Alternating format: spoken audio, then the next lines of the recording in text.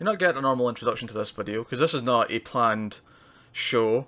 This is an impromptu thing. Both me and Connor here, who you may recognise from other things on the Meld Fuzz network. We both went to go see the midnight showing of Batman v Superman: Dawn of Justice. And we are doing a full review of this on Saturday. It'll be up sometime Saturday night with the other regular 121 guy, Matt. We'll be going probably really lengthy on that. But honestly, we kind of had to vent right away. Now we'll maybe keep the first part of this spoiler free for like a minute, 2 minutes. Just to give you the thoughts, just in case you were thinking of going seeing it and you want the opinion. But the fact that I said we have to vent probably gives it away. This movie is a complete and total fucking mess. But before we even get any further, you said, if you're going to go see it, just don't go and see this movie. Actually, honestly, I'd advocate that at this point. I'd say don't go see it. Don't let them make over $1 billion based on the fact that it's Batman and Superman. Because you know what? It's not Batman and it's not Superman. Neither of those characters are in this movie. No, they're not. How do you fuck up Batman? I don't have an answer for you. I really don't. You would think that in the world we live in today, and by that I mean like post-MCU, post-Nolan Batman movies, post all of this stuff that takes its source material seriously, and this tries to do things from the source material. This shoves in about 10 big moments from 10 different big comic arcs, which I won't spoil yet, but... The problem is, there are some legitimately good moments in there, and good ideas more than anything. No, good ideas are in there. None of the attempts at the good ideas actually work, because they're not earned. No, they're not. They're good moments in the sense that I was happy to see them, and recognise that at least there was an inkling of an idea at some stage in the script. It's entirely possible that the half an hour longer extended cut might clear up some issues, because for one thing I felt like most of the plots basically just felt like they were rushed.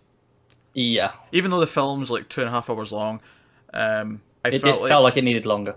Yeah, it felt like it needed longer. I'll be honest, it didn't actually, considering it's 2.5 hours, I didn't feel its length. Neither did I, actually, now that you mention it. I didn't feel like it felt long, and maybe that's because there was so much going on. But... Yeah, I never, like, the first time I checked the time, because I tend to do it every so often in the movie, on my watch, it was like an hour and 10 minutes in, and I was like, oh, okay, that's actually further than I thought it was. But this movie's bad. Oh, it is. And the problem is, it's bad on two fronts. From a fan perspective, it's terrible, because it completely misunderstands Superman, probably even worse than it did in Man of Steel, to be honest, for the most part. And then Batman, it gets wrong. It gets Mark Kent. Mark Kent's wrong. I mean, probably no one's as concerned about her compared to the two we just mentioned, but yeah, Martha Kent is just wrong. It's just wrong. It gives Lois almost nothing to do. I thought she was okay for the first half of the show. Well, yeah, but it didn't go anywhere. No, it's like they used her to place the pieces, and they was like, right, we don't know what to do with her, but we can't take her off the board. She just ran around. It's just there. Like, so she's just around. That's it. That's the whole thing. The Justice League stuff that they're trying to like hint at and set up is completely forced in. It feels like it's just even Wonder Woman herself, to be honest. Like, yeah, she's fine when she shows up, but even her entire subplot is connected to the Justice League stuff, and all of that just feels inserted. I'll tell you what it feels like. In Avengers 2, the Thor Ragnarok stuff. Yeah, where it feels kind of completely out of place. It's like, this is here just to sell future stuff. Yeah, but the rest of the movie was good, so it was easy. Yeah, that's what I mean. But even if ignoring the rest of the movie, those things, like especially the one specific part where it's teasing the Justice League rather than her stuff in general, it wasn't that I thought it was individually actually a bad part compared to everything else. It was just that, why was this here? Yeah, it didn't fit. Yeah. It didn't fit. This was everything wrong with Amazing Spider-Man 2 in terms of shoehorning in stuff like that. But this is the problem. As a fan, it's bad because it gets all these things wrong. As a movie, it's bad because it doesn't earn any of its big moments. Nothing has any weight to it whatsoever. The editing is a mess. It's appalling. I thought the score was mostly pretty bad. There's a few moments in the score I like. Well, this is the thing. All the moments in the score I like, are all reused stuff from Man of Steel. There's two I like that aren't reused, but one is a variation of. Yeah, it's either reused or it's a variation of. Like, whenever it used Man of Steel There's stuff, it tended to be quite yeah, good. there's one original piece that I actually quite like. It's the very opening piece to the movie. It's like Batman's It's kind of theme. it's part of Batman's suite. Yeah, Yeah, it's not his theme though. His theme is basically just dun dun yeah, dun dun. yeah. It's big, massive thunder drums and stuff. But it's part of Batman's suite in general, and I actually quite like that piece. And Batman, by the That's way, is basically just a psychopath in this movie, and has no, that's putting it bluntly. There is no moral code whatsoever. does not, does not. There's no reason to root for him. There's no reason to. Honestly, I mean, some of the reviews I read before I seen this said that there was no fun, and there was like, it took all hope out of them. Like there was no like heroes. There was no sense of good things to come, or like they're trying to save us. Like, nah, there was none of that. No. It just felt kind of mopey. Do you know and what? It's moody. a damn shame because Affleck does his best. No, that's the thing. Other than maybe Eisenberg, I think the cast from top to bottom is perfect. Yeah, I'm not even sure it's Eisenberg's fault. I don't know what else he could have done, frankly. Yeah, well, nah, I mean, to be fair, given how much the rest of the movie's fucked up, I'm willing to blame Snyder and, other people at the top. Yeah, But, I think it was miscast and miswritten and misdirected. yeah, but that's the point, though, is I don't think anyone else Yeah. is miscast. I think everyone else is actually kind of perfect for the roles. I agree. They're not allowed to play the roles. Yeah, They're playing some bastardized versions. and I feel that- so bad for them because this is their shot to play these characters, and it's been wasted. it's been wasted. And there's almost no redeeming it now, honestly. There's not. I think even if Justice League comes out and Justice League's good, I don't even like. Nah, I still have hope for Wonder Woman and Suicide Squad. no. Those movies could end up being fine. They could be, but at this point, the fucked up Batman and Superman. That your entire DCU rests on those two characters, Yeah, it does. They are the pillar stones. and it's like, okay, maybe it'll turn it around, but right now, I have no fucking hope. No fucking hope. That was a mess. And here's the reason why Justice League's probably going to suck, because Zack Snyder's directing it. And Zack Snyder is a terrible filmmaker. Yeah. He just is. He's done some okay movies. He has. I thought Watchmen was okay. I thought Man of Steel was okay. They both had flaws. They both had problems. I think I like both those a little bit more than you, but neither of them are great. Don't get me wrong. And he does this thing, even when his movies are okay, they all feel hollow to me. None of them have any depth or weight. It's always the last act that kind of takes everything away. Like even in the good ones, like Man of Steel, the first couple of acts are like pretty good, and then the last act is just like Joe movies. Joe all weight gone. what shot sums up his directing style for me? The shot in this, and it's in the trailers, so this is not a spoiler, but it's a shot when there's all the hands are coming in to touch him around Superman. Yeah. Right? That right there to me says Snyder is more interested in putting an image that's interesting Symbolic. Yeah. and symbolic than he is about it actually having to mean anything, because that meant nothing. There's so many moments like that in this that I can think of just off the top of my head, especially with Superman. More so than Batman, I think.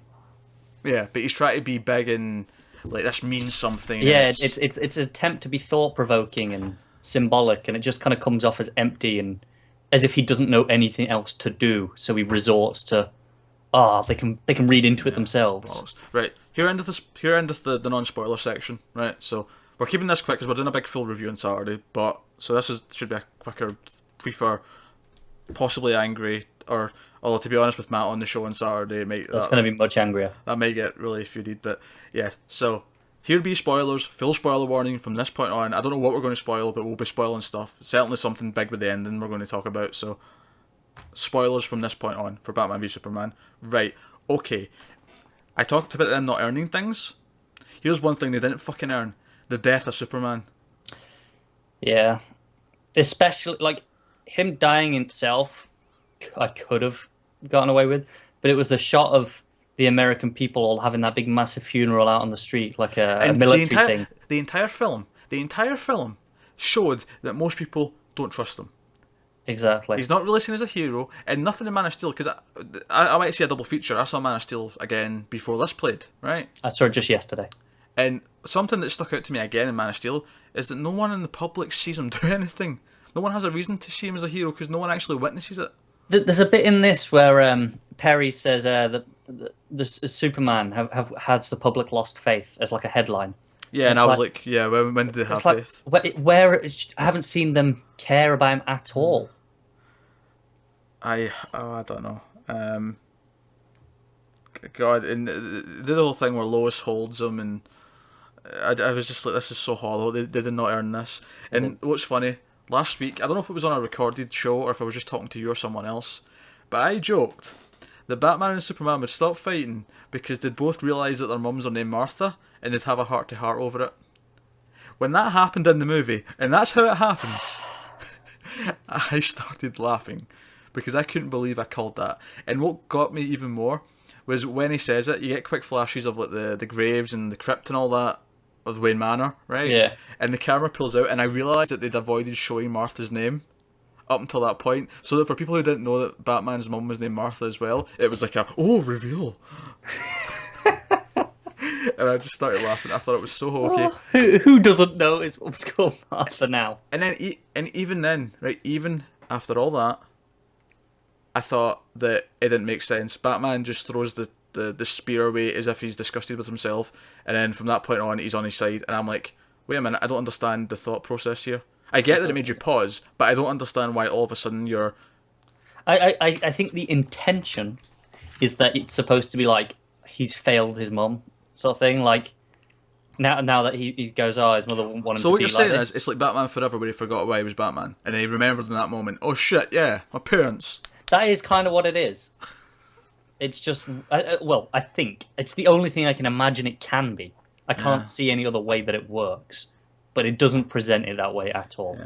Do you know what's funny? The movie gave me this false hope early on as well, because we got the nightmare sequence where where Batman outright grabs a pistol, shoots some people, and then grabs a machine gun and shoots some more people as he's fighting them, right? But I thought, oh wait a minute, if this is what the rumours I heard about him shooting, killing people were referring to, I thought, well that's okay because it's a nightmare. This is like his worst case scenario. I can give it that. Like it's still a bit like, but you can see the reasoning. Yeah, I can see why that would be a thing. But then, like several scenes later, he's like clearly, not only does he flip a car into a building, he then drags the car and flips it onto another car, and then it all blows up. And it's like there was at least two guys in both cars. It's like, yeah, we're okay. And then he shoots when he's in the bat plane. He comes in with a swinging thing, shoots rockets down at the cars. It's like he never shoots the people. He just shoots the car and it explodes, and then flies backwards into three of them, and then explodes into another car. It's so much collateral damage. I'll tell you what another bad one is as well. When he's rescuing Martha, and the guy comes in, he pulls the pin on the grenade, and he throws him back into the room, and then throws another guy in with him, and then just lets the grenade blow up both of them. Yeah, I mean, see the thing is, like, I can almost buy that more than some of the other ones because the grade's already pulled. I can't buy him. He throws the second guy into the room. Fair enough, right? But that one doesn't bother me as much. But the problem is that I keep thinking of reasons to explain some of them, right? And I'm like, wait a minute, no, you just don't write these situations where he's doing it every 2 minutes. This is unexplainable. You shouldn't have to be explaining this. It's bollocks. And why does he have so many guns? Okay, the sniper thing was just a tracker, right? Fine. Oh, I'll give it that. That's fine. But even at that point, I'm like, okay, I've already seen you with a pistol and a machine gun, and now you're holding a sniper rifle. Like, come on. I was a little bit worried for a second before he shot it, but I thought it was like going to go shoot someone's leg or something, like, immobilize them. When it was a tracker, I was like, all right, fine, whatever. How else are you going to shoot a tracker at that long range? I'll give it. It just looked like a regular sniper rifle, though, so I kind of wished it. And I know, and I think it's Dark Knight Returns, he does a similar thing. Yeah. But so I don't mind that one anywhere near as much. So they fuck up Batman, they fuck up Superman. Batman's a fucking hypocrite. Yeah, he is a hypocrite. Where he's going on about Superman destroying stuff, and he literally drives the Batmobile through walls and destroys buildings, no problem. And Superman, the one moment I liked with Superman was when Lois tries to tell him what the symbol means, and hope, and it's a classic Superman Lois moment, and I'm like, yes, that's good. I think my favourite occurs early on. It's the very first moment of Superman. It's the only time I think he even gives a half smile. Oh yeah. Where That's not the problem with that scene though, because this is the start when he comes in and the guy's got the gun to Lois's head, and it's just the split moment where he smiles at her and she drops her hands. Yeah, but and, then like, a second completely later trusts him. he flies into him so fast that he has to be dead. Oh yeah. Ignore that part. I just mean the actual part of If Lois he didn't kill shoving her that arms and guy trusting him that that much. was holding Lois, he at least like broke every bone in his body. Like Jesus. Yeah, I was ignoring that part. Yeah, okay. Yeah, that part. I'm clutching at straws here, okay? And also- Give me something. Fucking, we don't even get a hint that Clark was ever even a good journalist. All we see of him at the Daily Planet in this He's that- ignoring his boss. is ignoring his boss, Perry getting pissed at him, who then disappears at the end, except from picking up the paper that we see, you know? Yeah. Like, fucking... This movie's a goddamn mess. Why does he give Lois a helicopter? She's like, I need a chopper. I need to get over to Gotham. He's like, well, if it's to the story, you know, we can't even Yeah, afford. it's not for a story. Oh, go on then. It's on the fucking roof. What? Yeah, it's like, how... Does she understand why? I don't get it. Oh. And then let's talk about Lex. I don't understand his fucking motivations for anything in this movie. It's just, and do you know what I feel? This is the point where I really felt like, oh man, this movie's really bad. Because even though there were some problems early on, and things were kind of bugging There was me, stuff I liked early on. it was still not terrible. The moment where I realised, oh shit, this is bad, is when he throws Lois off the roof. Superman comes and he explains his plan and tells him to go do it. And I'm like, In a classic Bond villain monologue as well. None of this makes sense. None of this. That was not set up properly. I mean, I know he refers to the fact that he was sending the letters to Bruce, and Yeah, that kind of comes out of nowhere though. yeah, which just adds credence to people saying he's acting more like the Joker. Yeah. Actually, in fact, that last letter that he sends to Bruce, like, you let your family die, if I recall, that was in the first trailer, and people thought it was the Joker. Everyone thought it was the Joker. Everyone thought it was the Joker. That was the general consensus. Oh, okay, Joker sent him that. I just don't know. And you know what? As a DC fan, as someone, and I'm loving the Marvel movies. I am pumped for Civil War. Like, I love those movies, right? Yeah. As a DC fan, I was excited for Man of Steel because I wanted, and I don't know, I was terrified as well because I hated Sucker Punch and I knew it was actually. But it had a really good trailer. It had a really good trailer. A couple of really good trailers actually. Yeah. And it was flawed. It was. And it had a really troubled sort of last act. But it was okay. We can build on this. And I was like, this could be fine. Hopeful going forward. You took inspiration from the real Superman. Yeah. Hope. Remain hopeful. You know, emblem on Kal-El's chest, all that. And now to my see, hope has died with Superman.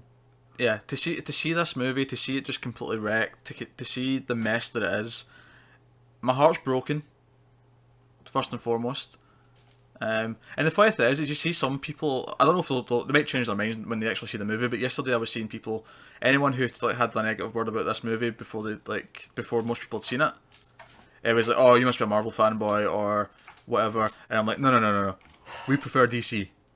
We're DC fans. I walked back from the cinema just literally utterly dejected. I could barely even walk properly. I was just like, I don't even want to walk, because that should have been a special moment. That should have been a special film. That should have been a special film that you remember, like, seeing, and like when I talk about the first Avengers, or I talk about even Dark Knight or Dark Knight Rises, like all three of them, Nolan's Batman movies are special events in my life.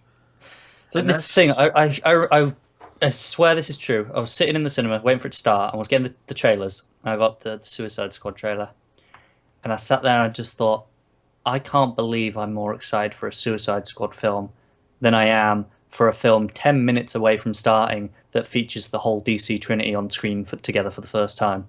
Yeah. And it still managed to be worse than I expected. And the depressing thing is even if they scrap this right now, even if this doesn't make a lot of money and they scrap the whole DC, other than Suicide Squad and Wonder Woman, because they already shot them, they can't just scrap them. Well, they could, but they'd be losing so much money they wouldn't. Like, even if they scrapped it right now, it would be at least a decade before we get another shot of this, and that's a good expectation. Or not good, you know what I mean? That's like a best case scenario. It'd be 10 years. That's being optimistic. Yeah, but they probably won't. We're probably going to get some clunky. Some might be decent, but the fucked up Batman and Superman. This universe is so tainted now that I want no part of it. Really, I mean, I'm still going to see them all, obviously, for review purposes, and they might be good, but And I just have to. I care about DC too much not to. but it's tainted. It's tainted. Like I'm depressed. I really am just utterly dejected. I fucking hate Zack Snyder. Why did they hire him? Why did they give him the job again after this? Why did anyone hire him for anything after Sucker Punch? I don't understand. I do not understand. Just don't know. Just don't know, Pete. This movie's a mess. Do you know what? I wanted to like this so badly. Even when the reviews were coming out negative, I was like, even though I knew I was like, I'm gonna have to defend myself if I like it now. Yeah. I wanted to like it anyway. See, as it was going scene to scene, I kept trying to like talk myself into liking each scene individually. I did like, for a long I time. like this about this. I like this about this, and It just doesn't work together. No, none of it does. And even then, it put me off in a really bad mood at the start because I'm like, oh, do we need to see the Waynes die again? I know. And then he started floating in the Batcave, and I'm like, At what least the they said that was a dream. yeah, they did, but still, For a few seconds there, I was like, what the fuck is going on here? yeah, but that's the thing. Before they revealed it was a dream, like for that like 20-30 seconds of it happening, I'm just like, oh my fucking god, what's happening? I legitimately had no idea what was going on. I thought it ruined already. I thought like 3 minutes in.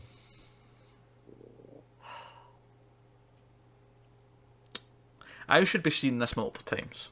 I should want to be seeing this multiple times. I'm not. Do you know what? Here's the example. When I came out of Star Wars Force Awakens, went to the midnight showing, came out about, 3 a.m.-ish, and I immediately went to try and buy tickets to the IMAX showing. I was like, I want to go again, right fucking now. Do you know what? I'll put it in perspective. This should be my Star Wars. I care more about DC than I do Star Wars. This should be my Force Awakens. It should be. And it isn't. Instead, it's My Phantom Menace. I feel like it's more Attack of the Clones. Yeah, it's probably more Attack of the Clones. I feel like the same thing with Phantom Menace. When it came out, people weren't massively down on it. That said, though, I still like Man of Steel more than I like Phantom Menace. But Yeah, but at the time when Phantom Menace came out, people were okay with it. No, people didn't hate on it. It didn't have this reputation it does today. True. And to be fair, I probably do like this more than I do Attack of the Clones, but I mean, it's not. It's a tough competition. I don't think this. I mean, I'll say this about this one compared to Attack of the Clones. Attack of the Clones is one of the most boring movies I've ever seen. This wasn't boring. If there's one thing I can probably give it is that I don't think it was boring. Yeah. At least for the most part. Yeah. Admittedly, in a second viewing, when I know it's coming, I might be bored to tears, but. I'm praying the extended cut at least fixes the inherent flaws of the movie. I'm hoping it fixes some of the editing, because maybe it's like snippets from the middle of scenes that have been taken out, and I'm hoping it fixes some of the motivations for the characters. It's hard to fix some of the characters. I feel like they're beyond saving. No matter what can they put in. I'm thinking mainly Lex and his motivations. It felt like okay, just you can fix Lex, but Yeah. how can you salvage Clark and Bruce at this point from just with an extra 30 minutes? I don't think you can. I think we're done. I think